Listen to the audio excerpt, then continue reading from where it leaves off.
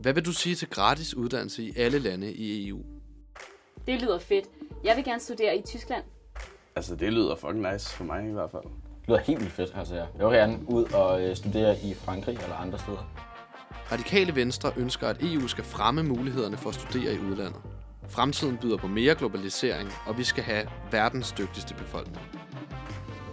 Synes du, at syge og traumatiserede flygtninge, der er flygtet fra krig, er et fælles ansvar? Ja, det er helt klart vores ansvar her i Vesten. Selvfølgelig er det det. Det er vores alles ansvar. Ja, vi har alle sammen et ansvar over for andre mennesker. Radikale Venstre mener, at øget samarbejde om asylansøgerne i EU er nødvendigt.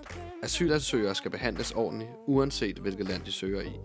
Støtte og omsorg for verden er et fælles europæisk ansvar.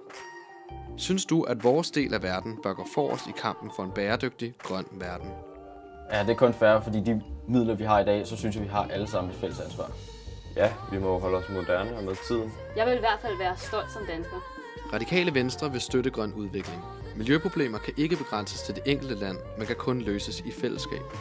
Derfor skal flere af EU's udgifter gå til at støtte grønne initiativer og grøn udvikling. Synes du, at udviklingen af nyt medicin og grønne teknologier er vigtigt? Ja, det må være noget af det vigtigste. Jo, helt klart. Det er jo fremtiden. Ja, det er virkelig vigtigt for udviklingen af vores samfund. Radikale Venstre ønsker, at forskning og innovation på EU-plan styrkes økonomisk. Gennem yderligere samarbejde opnår vi de bedste og nyeste teknologier og løsninger. I Radikale Venstre stoler vi på fællesskabet. Gennem dialog og fælles handling skaber vi et stærkt, effektivt og moderne Europa. Stem Radikale Venstre til Europaparlamentsvalget 2014.